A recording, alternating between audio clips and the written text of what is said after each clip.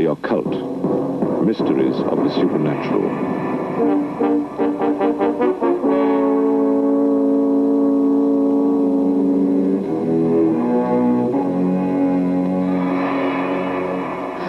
Witchcraft, magic, sorcery. These ancient supernatural ways to explain the unknown we now call the occult. In the not-so-distant past, it was widely believed that certain people could communicate with the dead, cast spells, and foretell the future.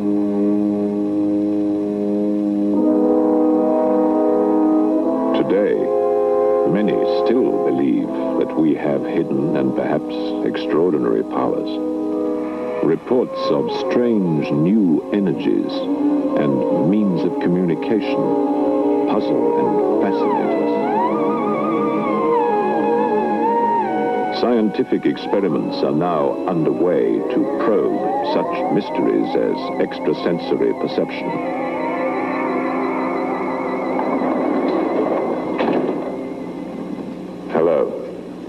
I'm Christopher Lee.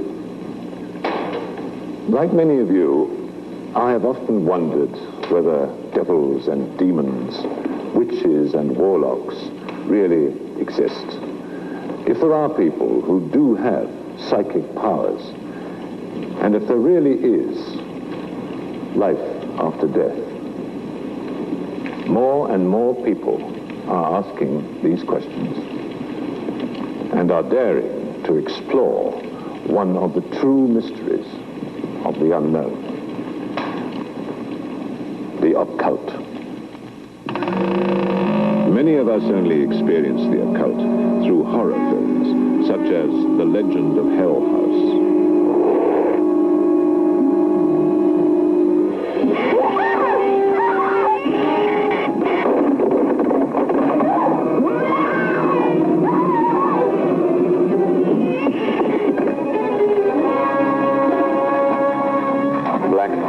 Don't really attack people, of course, nor are they unlucky.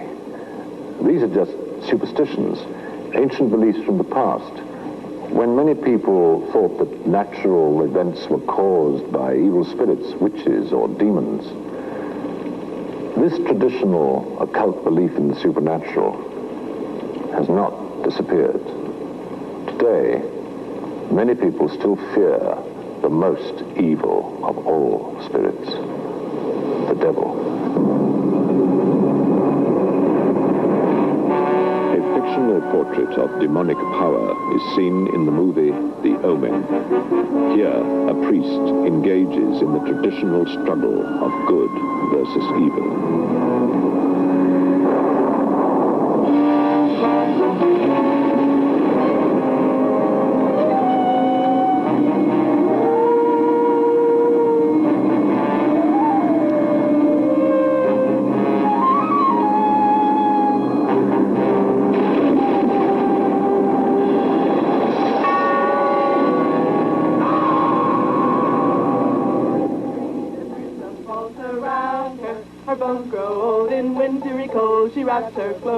A dark night, flickering lights, chanting witches, a perfect vision of evil. But witches are not necessarily evil. They are simply believers in an ancient religion which predates Christianity. To protect themselves from persecution, they formed secret groups or covens of 13 members each. Here, we see the fascinating ritual of modern-day witches. What is the password? Perfect love and perfect trust. Those are the correct words. I welcome you in the name of Diana. I purify you from all anxiety. I purify your mind to think of her. I purify your eyes to see the goddess's ways. Blessed be. Blessed be. While there is no evidence that witches have supernatural powers, they are still feared, for it is known that some witches worship the devil and practice black magic. These witches, however, do not.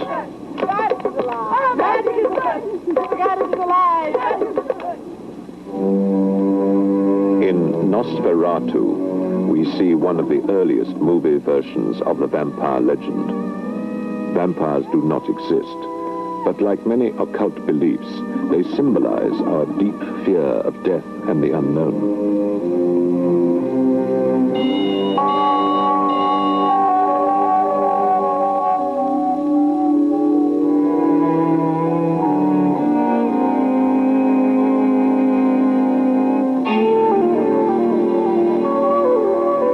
This fear has led to the belief in other mythical beings, such as demons, devils, and evil spirits.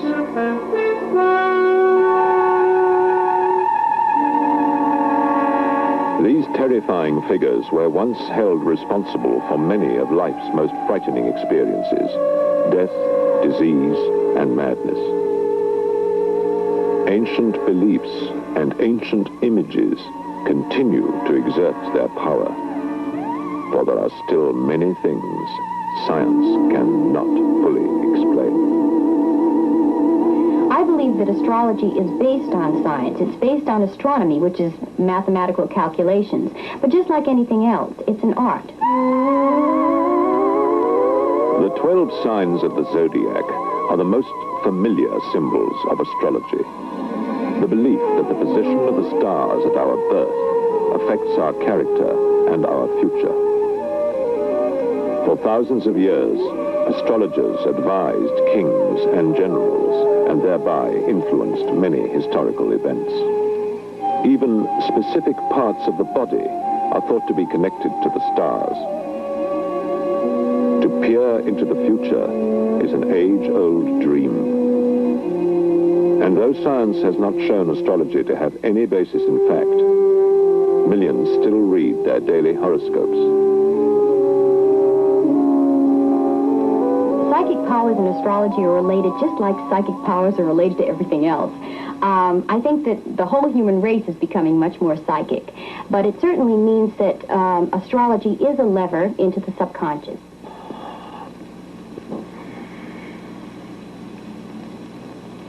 Dr. Sir speaking. Hi, Dr. I have come, and I am going to work with many of you today. There is a tremendous amount of work to do on Earth. Oh, yes, Doctor. There is going to be a terrible uprising, back and forth, back and forth. This is an explosion. Like astrology, communication with the dead is a traditional occult belief. This woman is a medium. In this seance, she is attempting to contact spirits who, she says, speak through her to friends and relatives. A seance is often very dramatic, but how do we know that the voices we hear are really those of the dead? People sometimes let their own wishes color their judgment, especially on such an emotional subject.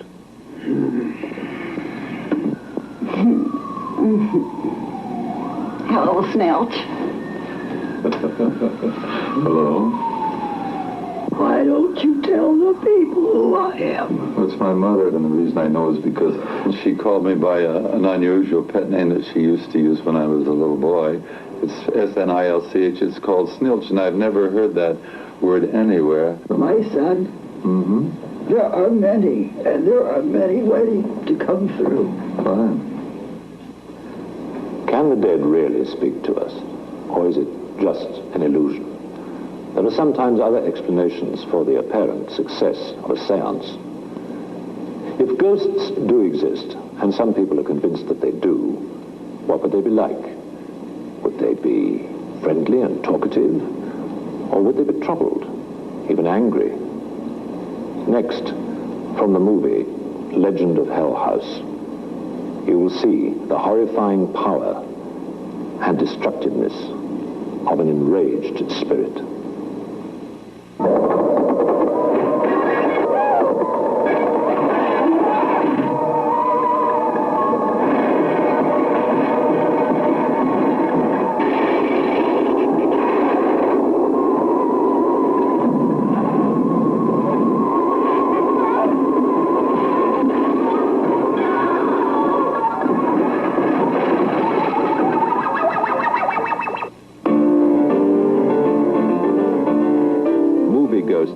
and violent, quite unlike those reported in real life by pianist Maxine Bell. She says she is frequently visited by the ghosts of several long-dead composers who dictate music to her. Whatever the explanation, the music does sound strangely familiar.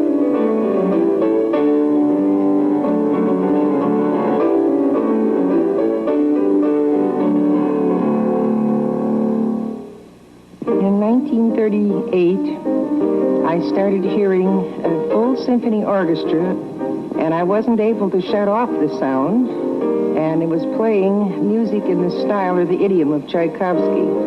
And all of a sudden, a materialization of this man appeared, and I was very, very frightened. He just asked me if I would mind stopping what I was doing and take down this piece. But I have never had any training whatsoever in composition. And I said to him, why don't you give this to someone more experienced, someone who has mastered orchestration or composition? Why give it to me? He said, no, because you're a more sensitive receiving set.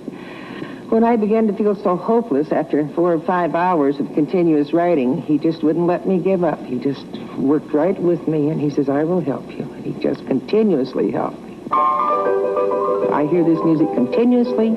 Every week I bring through more music of Brahms, more of Tchaikovsky, more of Chopin, and I don't know of any greater proof that life continues after death. I hope you're in a good mood for the experiment. Great. Despite all the stories, there is still no conclusive evidence that ghosts exist or that there is life after death in any form. Scientists, however, are beginning to examine this subject. In this experiment, a man is placed in a small enclosed room. He is going to try to send a part of himself out of his body and into another section of the building. There, a test has been prepared to see if he can make out a series of figures on a small revolving disc.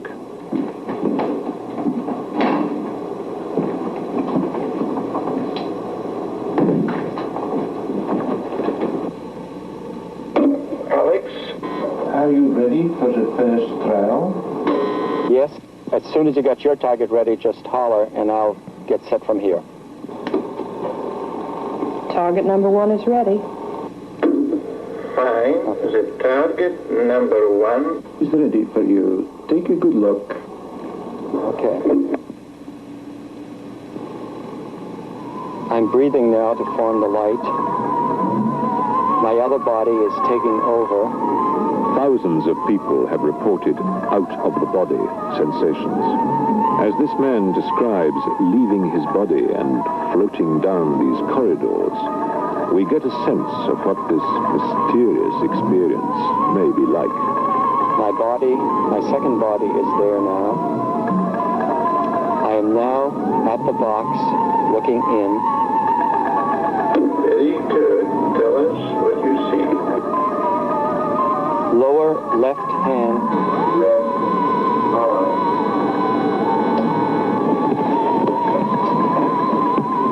The success rate of some of these tests has been better than mere chance would allow. Clearly, there are many questions about out-of-the-body experiences which are still unanswered. The thing that happened here is not a materialization as in a seance. What happened here is a bilocation, which means I was at 2 places at one time. Now, that might be quite scary to some, and usually when somebody gets out of the body first time, he's scared stiff.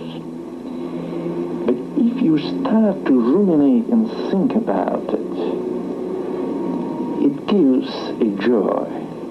To me, it is certainly the step toward survival after death. If I can be at 2 places at one time, therefore, that other thing that is outside of there has to exist after death. It just doesn't die away with the body. So I think it's a step made towards that direction.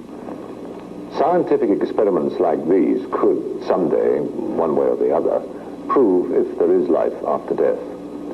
In the meantime, many ordinary people are searching on their own. They are concerned with the mysteries of the mind, the power to heal the sick, to read people's thoughts, to move objects by psychic energy. Some even believe that that power is already there within us, just waiting to be tapped. What we're first going to do is we're going to join our hands over and under in this method.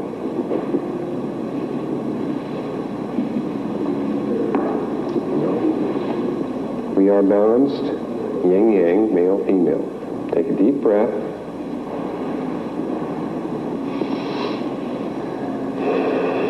This gets the system going. The people in this group are discovering abilities some of them never suspected they had. As it is moving. Sitting under pyramids, which they believe increase the flow of energy, they are learning that with enough concentration, they can actually bend the spoon. You feel it become loose.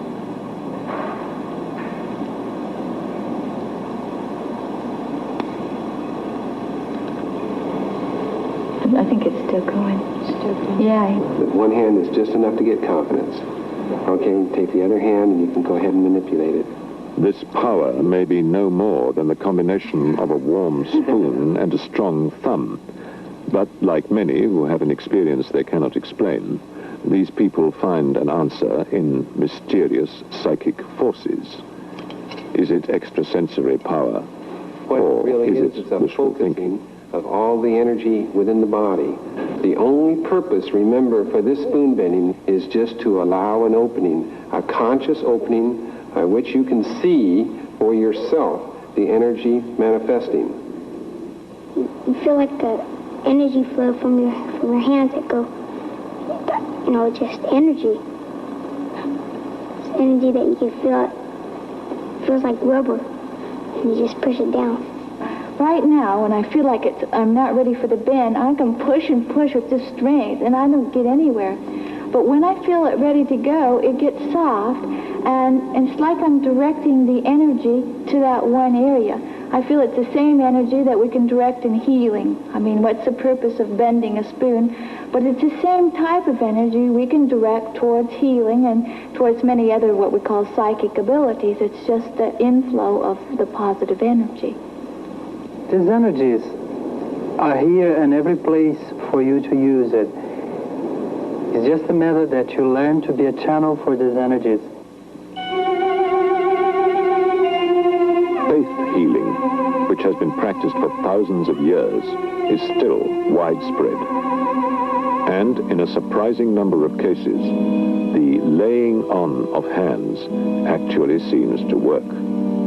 Of course, doctors know that for many illnesses, believing you will be cured is the best possible medicine. Some faith healers, however, say that they actually transmit healing energy into the sick person's body.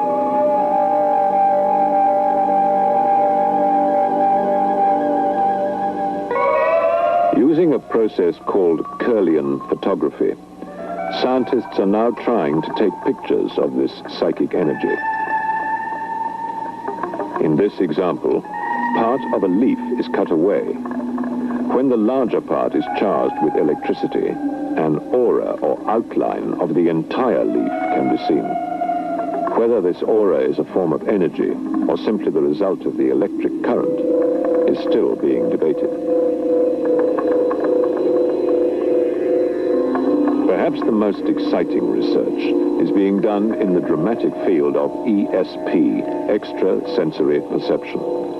Mentalists and others have long claimed the ability to read people's minds. Now, scientists are actually testing people for telepathic powers.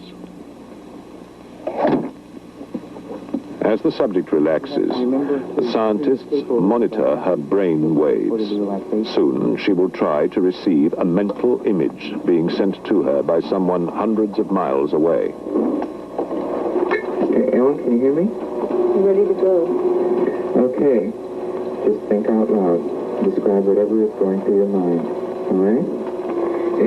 There's a lighthouse, sort of on a jetty. And there's a microphone. Looks like it was during the 40s. The scientist picks 4 slides. one of which is the picture that is being sent to her. When the woman returns to the control room, she will look at each slide and compare it to the images she received.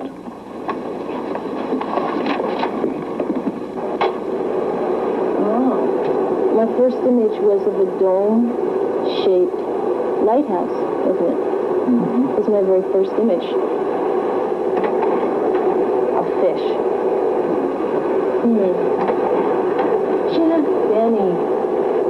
Oh, these are hard. These are very hard. A train. My first choice is the lighthouse.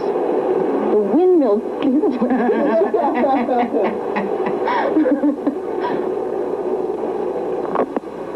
Science Foundation. Dr. Broad? Yes. Okay, Ellen has done the judging. Which of the targets was it? It was number 560. 560, Jack Benny. Jack Benny. Well, we had a miss. I thought about Jack Benny. Did you? Yes, in the 40s radio thing, television radio thing. Despite some failures, experiments such as these suggest that we may indeed have extraordinary powers of communication.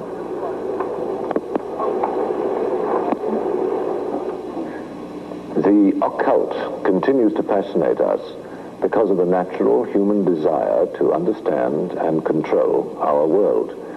We would all like to know what lies beyond the grave, why evil exists, and whether we have supernatural powers. In times such as these, when people feel powerless in so many aspects of their lives, the occult is particularly appealing. But as science unravels these mysteries, what seems incredible today may be commonplace tomorrow.